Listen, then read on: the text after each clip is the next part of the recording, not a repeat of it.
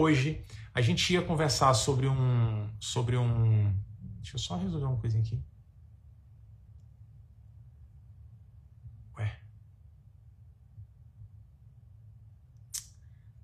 Eu vou inventar um negócio aqui, agora danou-se. Falei que hoje a gente ia conversar sobre um tema...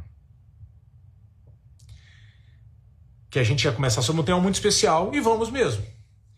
Já vou entrar solando com um tema que muitas vezes não está no nosso radar da paixão, não está na nossa primeira prateleira de estudos, mas que no INEP cai 2 vezes mais que nas outras bancas. A gente estuda aqui no Hardoc a razão de prevalência de temas, né? E encontra os temas queridinhos. O tema de hoje cai 2 vezes mais. Tu vais desprestigiar o tema? Eu não vou, de jeito nenhum. Vamos começar a nossa rotina em direção à prova do INEP, conversando um pouquinho sobre doença de Parkinson. Muita atenção com doença de Parkinson, porque a gente às vezes treme. Não vale trocadilho, não, zoeira não. Enfim, às vezes a gente treme nas bases, né, diante de alguns conceitos de Parkinson, ou pior, memoriza algumas informações e não compreende a dinâmica da doença e tem dificuldade na prova. É bem verdade que boa parte das bancas explora Parkinson dentro dos seus conceitos mais básicos. Na verdade, nem boa parte, metade das bancas, porque a outra metade busca algo a mais. O INEP, até hoje, nas questões de Parkinson, ficou no limite tênue de explorar algo a mais, sabe? No limite tênue, mas já mostrou que a pegada não é tão banal assim. Por isso, a gente precisa dominar o tema, e o meu convite é para que a gente brevemente revise a ideia central de Parkinson, entendendo a dinâmica da doença. E não é difícil, não é. Doença de Parkinson, dentro do armário da neurologia, do tenebroso armário da neurologia, está na prateleira dos distúrbios do movimento. É lá que está Parkinson. No livro, por sinal, está escrito assim: a doença de Parkinson acontece porque o indivíduo tem uma degeneração da substância negra no sistema extrapiramidal, com perda de neurônios dopaminérgicos, que são neurônios que liberam dopamina. No fim das contas, o indivíduo acaba tendo déficit na quantidade de dopamina, o que acaba promovendo um desbalanço de dopamina com acetilcolina. Fica muita acetilcolina para pouca dopamina. Enfim, qual é o problema disso? O problema disso é que essa anormalidade promove uma alteração da modulação do movimento. E aí tem algo, cara, que para mim é espetacular e eu não posso deixar de comentar sempre que se discute modulação do movimento. Não posso deixar de comentar, porque isso é tudo no entendimento da doença de Parkinson. Para a gente entender isso para valer e não esquecer jamais, a gente precisa pensar em coisas que normalmente a gente não deve pensar na vida. Tem coisas que são assim, né? Precisa pensar se o coração está batendo ou não, se o pulmão está respirando ou não. Não precisa gastar energia, isso é automático. E tem coisas no movimento que são automáticas também. Por exemplo, se eu quiser fechar essa live, eu vou olhar para a setinha, para o xizinho que está em cima na tela do Instagram, e vou levar a minha mão daqui, levantando o dedinho, até a posição... Opa, não posso clicar lá não. Mas enfim, eu levaria até aquele local. Qual que é o detalhe? É que aparentemente isso é algo simples de ser executado. E é mesmo. Mas se a gente tivesse que guiar um robô para fazer esse processo, a gente teria que orientar o robô em todos os passos do movimento. Levante um pouquinho a mão, vai um pouquinho para frente, inclina um pouquinho, vai tendo um pouquinho para a direita, vai para a esquerda, vai para frente, vai. Porque senão o movimento vai sair de forma aleatória. Ele sabe onde está saindo, sabe onde tem que chegar. Mas vai ser um movimento bizarro se a gente não modular o movimento. Isso é uma das funções do sistema extrapiramidal, a modulação do movimento. Uma comparação muito simplista é imaginar o ajuste que a gente faz numa foto, por exemplo, no celular, o ajuste de brilho, de contraste, enfim. É mais para um lado, menos para o outro. O movimento é a mesma coisa. A modulação do nosso movimento ela é controlada assim. Alguém controla o nosso movimento e passa para um lado para o outro, sabe? Modula mais o movimento, restringe mais o movimento, dificulta mais o processo, tornando ele mais preciso, mais dificultoso. Ou, de outro lado, libera totalmente o movimento. E a gente perde totalmente o controle do que vai fazer. Entendeu? Entendeu, sim. Quer ver um exemplo de um cenário que o indivíduo tem perda total da modulação do movimento? Quer levar a mão daqui para o xizinho lá de cima e a mão faz assim, ó? Tu já sabes o que faz isso. Tu já sabe. Isso aqui não é live de febre reumática. Então parou por aqui. Parou por aqui. Coreia de Siderham. Um cenário clássico. Coreia. A Coreia, de maneira geral, é isso. Agora, do outro lado, existe um cenário em que o movimento está muito modulado. Apertaram demais, sabe, o botão da modulação. E aí, nesse contexto, o indivíduo fica travado. Isso é Parkinson. Entendeu? É isso. E eu só sei falar desse jeito. O indivíduo está travado. Acabou-se a conversa. Esse entendimento é fundamental, é básico, não é? Mas por que não contam isso pra gente na faculdade, não no livro? Caramba! Mas isso é fundamental. Isso é Parkinson. E isso justifica todas as manifestações clínicas da doença. Ou a maioria delas. A maioria delas, as principais, são justificadas por essa dinâmica. Isso é Parkinson. O detalhe é que toda essa conversinha é essencial para que a gente consiga entender as manifestações clínicas, porque elas são essenciais para a definição diagnóstica. A doença de Parkinson é a doença que a clínica médica vai à forra. O diagnóstico é clínico. Puramente clínico. Que exame é o pé? Puramente clínico. E, obviamente, isso não quer dizer que seja mais fácil dar o diagnóstico. Absolutamente. A gente tem que ter uma destreza muito grande no reconhecimento das manifestações. E quais são as manifestações cardinais da doença de Parkinson? Quais são? O que chama atenção na doença, o pacotão básico do Parkinson é o quadro motor, com alteração do movimento. O indivíduo está travado, tem lentificação dos movimentos, tem redução da amplitude dos movimentos. Esse é o grande marco. São várias manifestações motoras e que respeitam a uma lei. Tem uma lei das manifestações motoras do Parkinson. Elas tipicamente se iniciam de forma assimétrica. Tu tens o papelzinho aí na mão? Tem. Se tiver e quiser anotar uma coisa dessa conversa de hoje, anote essa palavra assimétrico. Essa palavra ela tem um certo poder na doença de Parkinson. Tipicamente, o quadro se inicia de forma assimétrico, o quadro motor. Um quadro motor que é muito florido e é clássico. Habitualmente, a gente espera encontrar as manifestações relacionadas ao estudo do movimento do Parkinson, o travamento da doença de Parkinson, na forma de 4 manifestações. Bradicinesia, rigidez, tremor e instabilidade postural. Pronto, falei. É isso. Esse é o pacotão básico da doença de Parkinson. É isso que faz com que a gente pense na doença. É isso que faz com que a gente defina. Entendeu o ponto? Só que, obviamente, né? Pensa comigo. A doença de diagnóstico clínico... assim, o que é bradicinesia, no final? Tem que saber. Rigidez. Como é que aparece esse negócio de rigidez? O que é essa rigidez? É o dedo que tá duro? O que é rigidez? Tremor. Também tremo às vezes, né? Dá um susto, eu tô tremendo. Né? Então, o que é isso? A gente precisa conhecer os detalhes das manifestações para poder reconhecer. Isso faz muita diferença. São assimétricas, tá? Mas o que mais?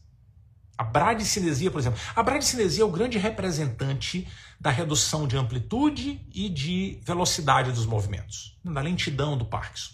Se manifesta de várias formas. Perda da mímica facial, hipomimia. Voz sussurrada, hipofonia. Letrinha fica piquititinha, micrografismo. Tudo isso dentro do pacote da bradicinesia. O indivíduo pode ter perda do controle do reflexo glabelar. Se a gente percutir a região da glabela de alguém, eu estou controlando aqui porque eu já sabia que eu ia bater. Mas se a gente percutir, geralmente os indivíduos piscam umas 3 vezes, é o reflexo glabelar. E logo controlam, logo neutralizam. O indivíduo normal é assim, 3, 4 vezes neutraliza. O Parkinson, a gente fica batendo aqui, a pessoa fica piscando a vida inteira. Perde o controle do reflexo glabelar.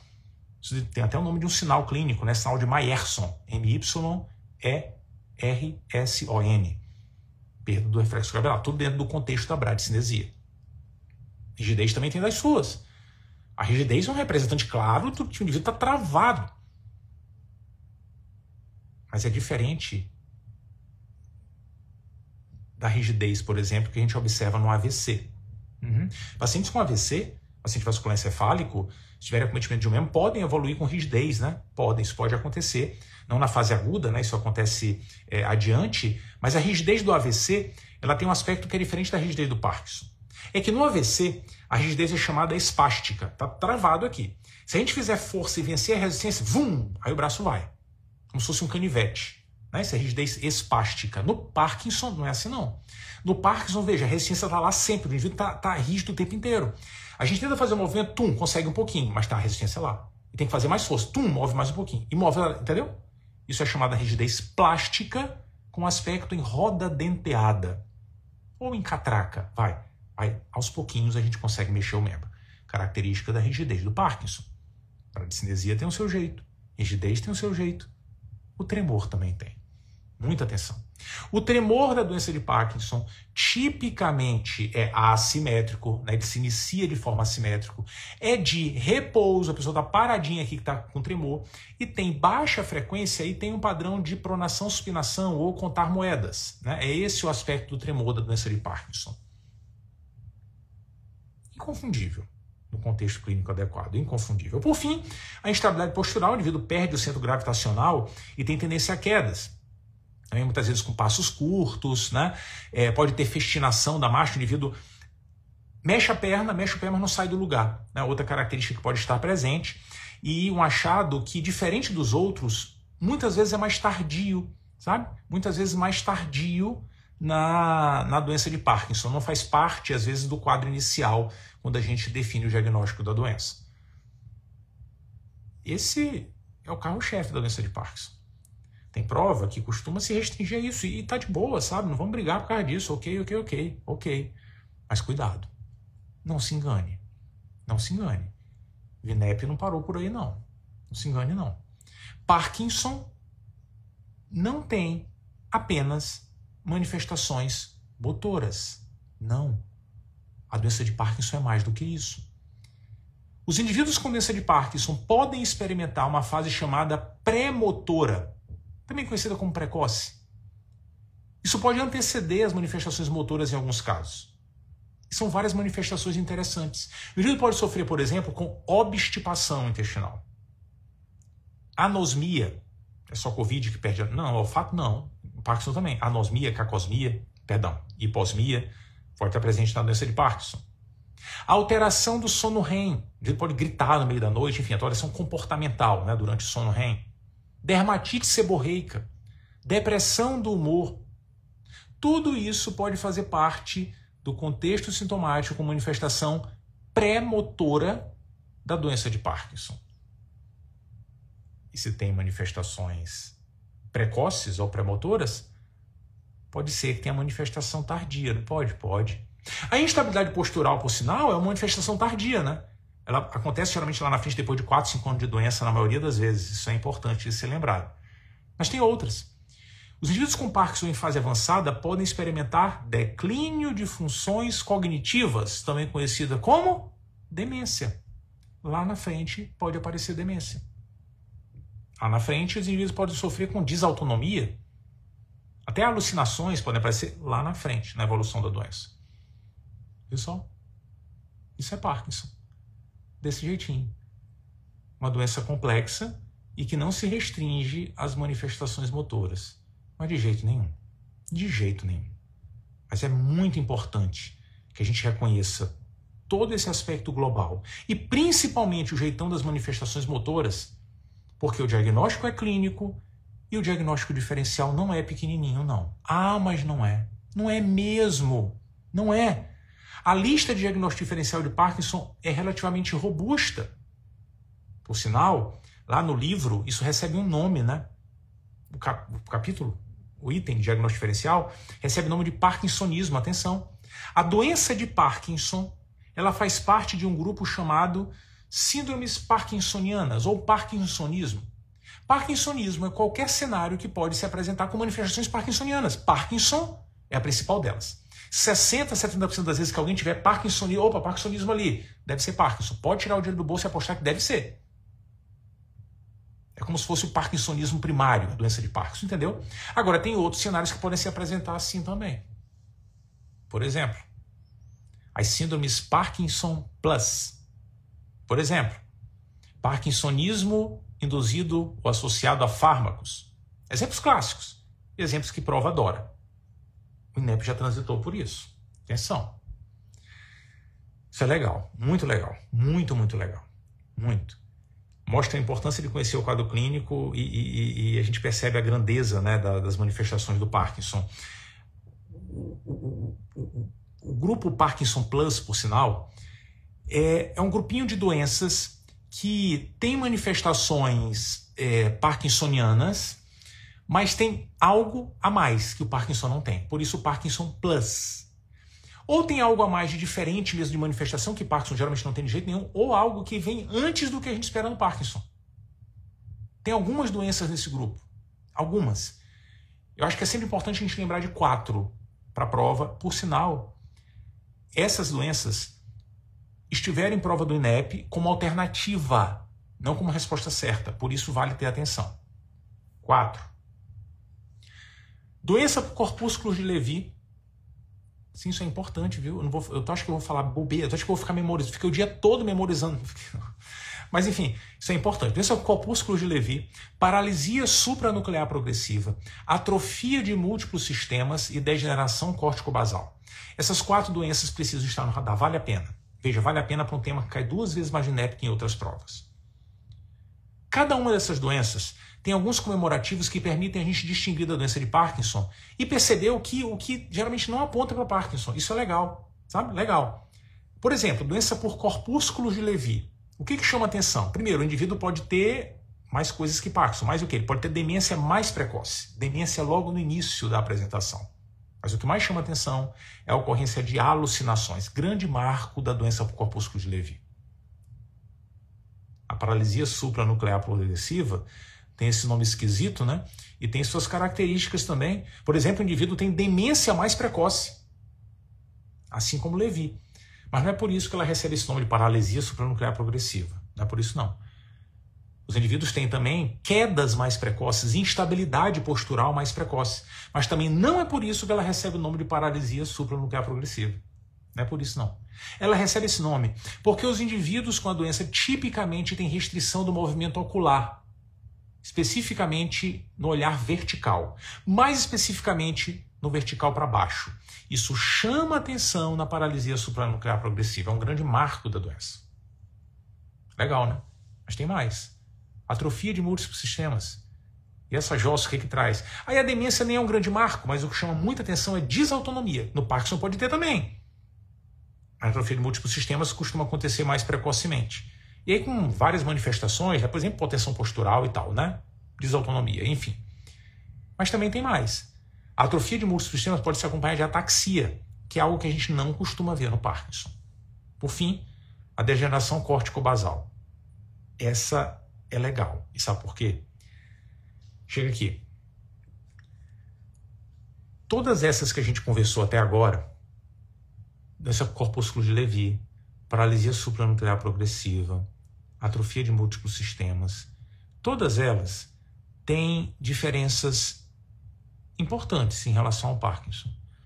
Mas elas, as 3, têm uma diferença ainda maior. É que essas 3, desde o início, costumam ser simétricas. Tu não notaste no papel aí que Parkinson é assimétrico? Essas 3 costumam ser simétricas. Isso já assusta um pouquinho. De um quadro assim, ih, cara, será, hein? Porque Parkinson geralmente é assimétrico, não sei, entendeu? Mas a degeneração córtico-basal, atenção, a degeneração córtico-basal, a última do grupo que eu acho que vale a gente valorizar, ela geralmente é bem assimétrica. Bem assimétrica. Só que é um assimétrico diferente. É porque tipicamente ela costuma se manifestar com distonia. Distonia é o indivíduo tem um movimento anormal. Por exemplo, né, a mão fica assim. A pessoa não consegue controlar. Ela sabe que a mão é dela, mas ela não consegue controlar. Isso é bem assimétrico, é de um lado em relação ao outro. Por sinal, predomina em membros superiores até geralmente, sabe? Então, sabe, pessoal, isso gera um fenômeno chamado de mão alienígena, porque a pessoa não controla. Sabe? Por que minha mão está mexendo assim, gente? Eu não consigo. Mas ela percebe que a mão é dela. Isso é importante porque existem síndromes neurológicas que a pessoa perde a noção de parte do corpo e tal. Mas aqui ela consegue notar que é dela de fato. E esse fenômeno é descrito dessa forma, né, de mão alienígena. Então, é um assimétrico, mas é diferente. Mas tem outras coisas que chamam atenção. Por exemplo, o indivíduo pode perder a sensibilidade cortical. Sensibilidade cortical não é sensibilidade periférica, né, de nervo periférico. Sensibilidade cortical é da gente conseguir ter a leitura do ambiente com atividade cortical. Por exemplo, uma das manifestações é chamada disgrafaestesia. Não tem estresse. Dis, anormal, grafa, escrever, percepção que vem da escrita. Pega a mão da pessoa e escreve aqui a letra A. Ela de olho fechado, se estiver vendo não vale. Fecha o olho, aí escreve a letra A. Aí tu vai dizer, Fabrício, eu não consigo. Consegue sim, deixa de conversa. Mas aí o paciente com Parkinson pode não, se tiver o Parkinson, o paciente com degeneração córtico-basal, tendo disgrafaestesia, ele não consegue entender. Às vezes, se a gente botar um objeto na mão que ele já conhece, ele não consegue compreender que o objeto é aquele. Isso é perda de sensibilidade cortical. Isso a gente não costuma ver no Parkinson, né? Pode estar presente na degeneração córtico-basal. Legal, né? Então, esses são os comemorativos clássicos de cada uma dessas doenças. E isso aí, cara, para a prova que gosta de Parkinson, a gente tem que levar essa informação. Diferente do enredo para a doença de Parkinson, nessa doença não tem enredo, não. É lembrar mesmo as características, entendeu? Isso é bem importante, diagnósticos diferenciais valiosos de Parkinson, algumas das doenças que estão no grupo Parkinson Plus. Mas além desse grupo, tem o outro diagnóstico diferencial, que é certamente o mais querido de qualquer examinador de prova. Que é o parkinsonismo associado a fármacos. O indivíduo está usando um fármaco, que pode gerar as manifestações parkinsonianas. São vários fármacos que podem fazer isso, né? Vários. Mas tem os principais, os mais badalados. Antipsicóticos, tanto os típicos quanto atípicos, haloperidol, risperidona. Antivertiginosos, bloqueio o canal de cálcio, né? Flunarizina, sinarizina. Antiemético, por exemplo, metoclopramida, todos são fármacos que podem se associar a manifestações parkinsonianas. Todos são fármacos que podem se associar a manifestações parkinsonianas. De fato que, se a gente encontrar um indivíduo com manifestação parkinsoniana e está usando esses fármacos, papai, nem penso em abrir o armário da farmácia de Parkinson, não. Até prova em contrário, deve ser um desses fármacos ou tirar o fármaco. Mas, obviamente, tem que avaliar bem o paciente, tem que sentir o quadro clínico. Porque essas drogas geram manifestações parkinsonianas, mas não são Parkinson. Parkinson tem regra, papai. Parkinson tem regra. Entendeu? Para começo de conversa. Tipicamente, o parkinsonismo associado a fármaco é simétrico. Olha o poder da assimetria. Tipicamente, o parkinsonismo associado a fármaco tem pouquíssimo tremor, mas tem muita rigidez. É diferente. Mas o fato é que encontrou na questão, está usando algum desses fármacos, suspendeu o fármaco, é isso. E às vezes está perdido no meio do enunciado grande como o INEP gosta. Está perdidão. E a gente nem se toca. Questão 99, a gente passa batido. Cuidado. Cuidado, porque o fármaco pode ser o responsável pelo quadro. Tudo isso é muito valioso, muito valioso. Por sinal, né? A gente, quando passa por essas síndromes, fica com vontade de ter critério diagnóstico para Parkinson, não fica? Né? A gente entendeu tudo bem, mas não vai ter um critério, e tem, né? Tem critério. O critério mais aceito da Sociedade de Desordens do Movimento Internacional, é MSD, o critério mais aceito diz o seguinte: os indivíduos com Parkinson apresentam tipicamente um quadro que é assimétrico tal, mas tem como critério obrigatório, atenção, bradicinesia, critério obrigatório, associado a um ou outro de tremor e ou rigidez. Esse é o critério mais aceito. E a instabilidade postural, meu Deus, como ela é tardia, nem todo mundo aceita como critério diagnóstico. Mas existem grupos que até aceitam e colocam ela como uma alternativa ao tremor e à rigidez, entendeu? Mas a base é considerar bradicinesia, tem que estar presente, associado à rigidez ou a tremor, ou as duas coisas, entendeu? Esse é o jeitão do Parkinson. Por sinal dos critérios, tem mais. O critério diz assim, tem esses elementos que tem que estar presente. Agora, tem algumas coisas que, se tiver presente, não deve ser Parkinson, não. Não deve ser. Suspeite, não dê diagnóstico ainda não. Por exemplo, Está usando remédio que gera manifestações parkinsonianas? E talvez não seja, não. Entendeu? O indivíduo tem alteração da motricidade ocular vertical? Talvez não seja, não, porque tem doença que dá isso. Tem ataxia? Talvez não seja, não. Entendeu? Tudo aquilo que faz parte de outras doenças que a gente não costuma ver no Parkinson, tudo aquilo a gente considera como um senão e fica com a pulguinha atrás da orelha. É assim que a gente transita no diagnóstico da doença de Parkinson. Muito massa, né? Muito, muito massa. Mas para fechar a conversa do diagnóstico de Parkinson, existe um cenário que a gente precisa ter cuidado, porque não é diagnóstico diferencial da doença de Parkinson. Mas às vezes a questão gosta de explorar, porque é o diagnóstico diferencial de uma das manifestações que mais nos chama a atenção na doença de Parkinson. A manifestação, convenhamos, que mais chama a atenção do povo geral, e nós estamos incluídos nisso, na doença de Parkinson, é o tremor. Não é? É sim. É sim. É o tremor. E existe um diagnóstico diferencial do tremor da doença de Parkinson, que são as outras causas de tremor. Tem várias coisas para justificar tremor. Por exemplo, o uso de beta-agonista, por exemplo, ansiedade, nervosismo, onde pode justificar tremor. Mas existe uma entidade específica, denominada tremor essencial, que é uma paixão de examinador e muitas vezes é usada como contraste, não da doença de Parkinson, mas do tremor da doença de Parkinson. Porque, veja, não tem nada a ver com doença de Parkinson. Tremor essencial é uma doença que o indivíduo tem tremor. Como o Parkinson tem tremor, o examinador quer que a gente diferencie. Mas, por exemplo, no tremor essencial não tem bradicinesia. Não tem. Então não tem nem que discutir diagnóstico diferencial com Parkinson. É da aparência do tremor. E é muito diferente. O tremor do tremor essencial tipicamente é simétrico. Tipicamente é simétrico. Tipicamente é de esforço. O Parkinson é de repouso, né? É de esforço. Isso chama muita atenção. A frequência costuma ser um pouquinho mais rápida, né? Que a gente observa na doença de Parkinson, mas clinicamente é difícil a gente perceber isso. Os grandes marcos são o tremor simétrico e de repouso. De repouso na doença de Parkinson, de esforço, do tremor essencial. O indivíduo vai tomar uma sopa, por exemplo, né? Balança, derrama a colher toda, enfim, né? Derrama a sopa toda. Então esses são os grandes marcos. Tremor simétrico e de repouso. Isso ajuda a diferenciar muito da doença de Parkinson. Tem outros marcadores também legais, né?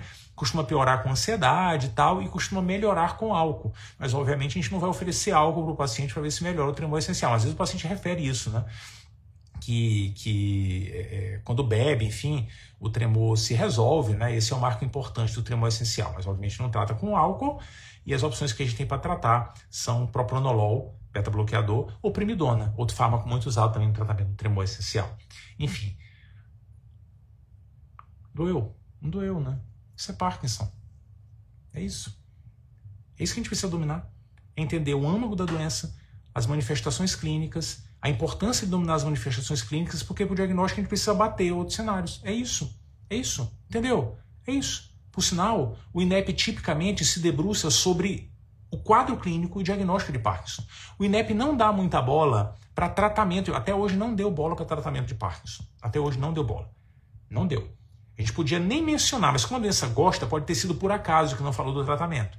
Mas eu quero minimamente lembrar quem são os fármacos que fazem parte do tratamento da doença de Parkinson. Minimamente. Apesar do foco de estudo ser outro até para a banca. E não é complexo. Não é. Tem duas coisinhas só que a gente precisa lembrar para amarrar o tratamento. A primeira é que a doença de Parkinson não tem cura. Todo o foco do tratamento é para aliviar as manifestações da doença, principalmente as manifestações motoras. Esse é o foco do tratamento. O segundo é que para a gente compreender o tratamento, basta lembrar da fisiopatologia. De quem? Da substância negra? Não. Dos neurônios dopaminérgicos? Não. Do desbalanço dopamina e acetilcolina. Dopamina está lá embaixo e acetilcolina está lá em cima. Como é que a gente compensa isso? Tem duas opções. Pensa comigo, quais são as duas opções? Joga a balança fora? Não, tem que ficar com a balança ainda. Sobe a dopamina ou então baixa a acetilcolina, certo? Pois é, duas opções. Baixar a acetilcolina? Pode baixar. Por exemplo, com um biperideno.